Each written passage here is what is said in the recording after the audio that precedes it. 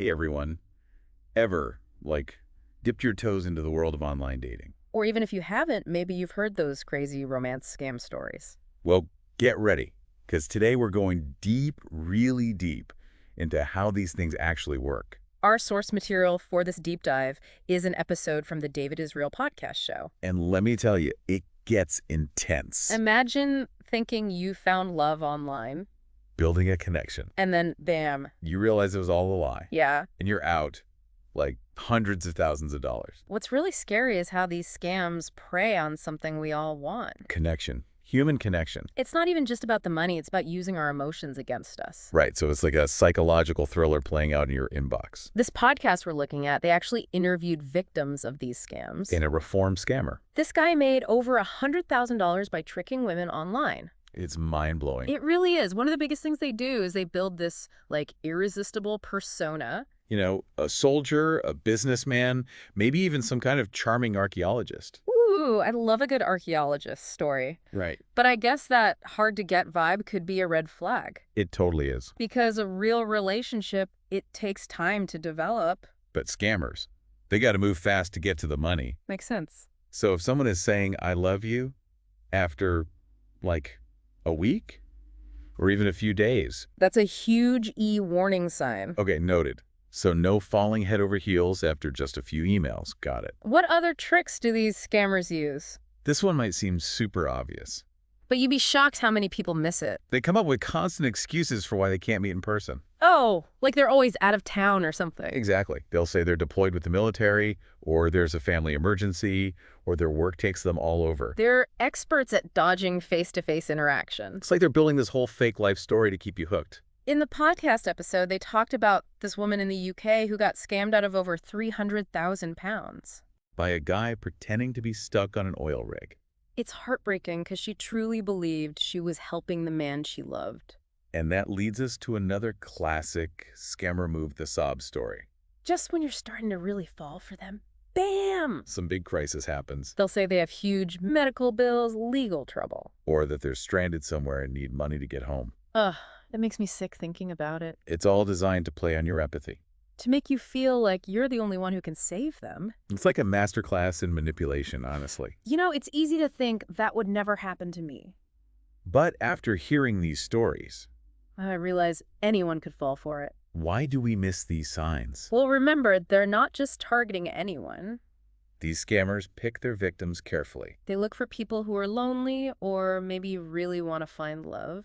Then they tailor their whole persona to match what that person is looking for. So it's like they're making you feel seen and understood. Exactly. And that makes it incredibly hard to see through the lies. It's like they're taking our best qualities, kindness, compassion, Our desire to connect with other people. and twisting them against us. Precisely. That's what makes these scams so awful.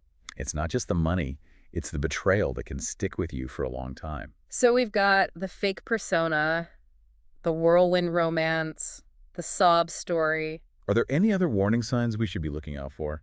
One thing people often miss is inconsistencies.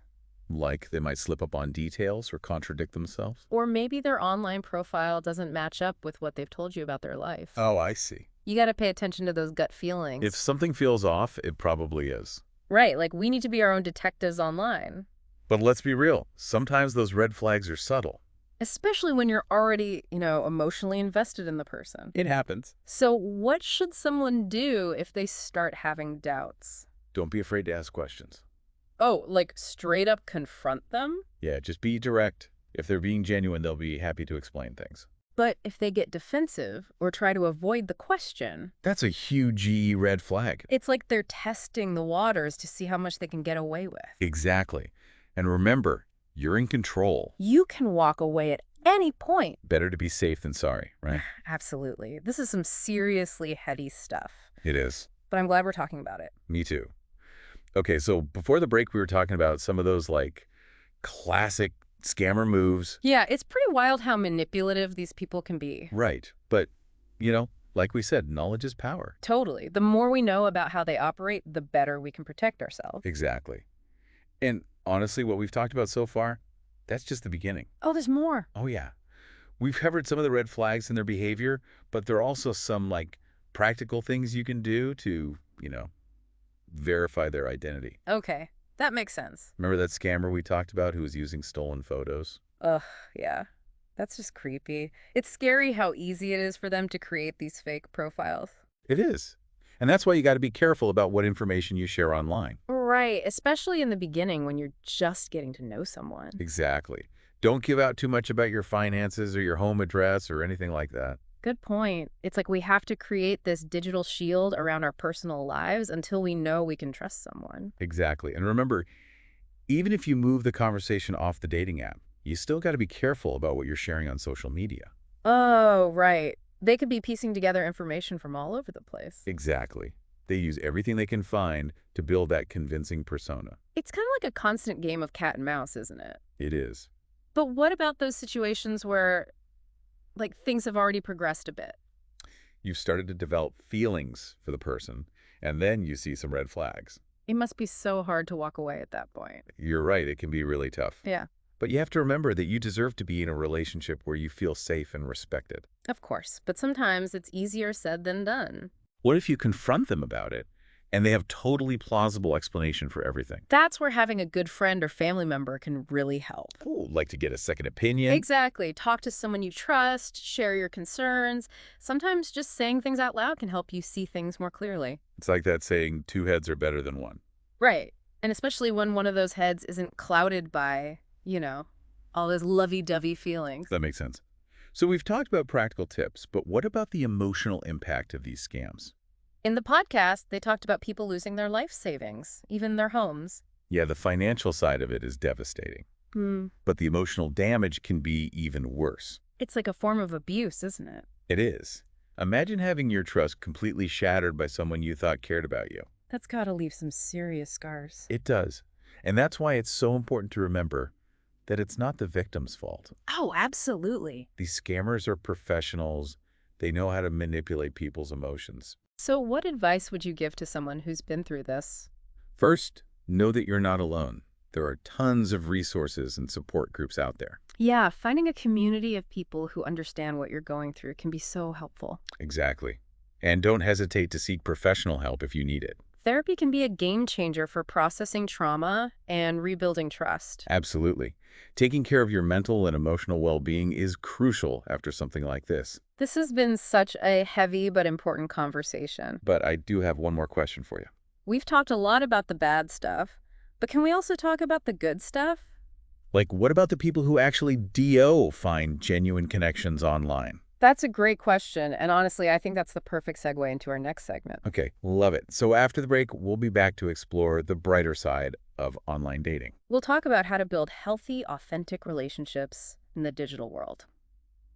All right, so we've talked about all the scary stuff, all the red flags to watch out for. But before the break, you mentioned something about green flags in online dating. I did. Tell me more about that.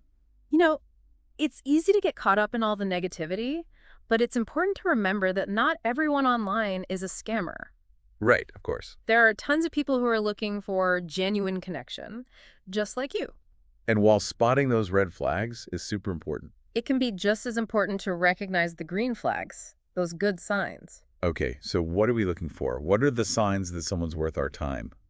Well, one of the biggest green flags is consistency. Consistency, okay. Do their words match their actions? Are they who they say they are? Right.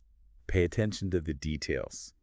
Do they remember things you've told them? Do they follow through on promises? Does their online profile match up with what they've told you about themselves? So it's all about those little things that show they're really interested in getting to know you. Exactly. And that brings us to another important green flag, open and honest communication. Okay, yeah, that makes sense. Are they willing to answer your questions, even the tough ones?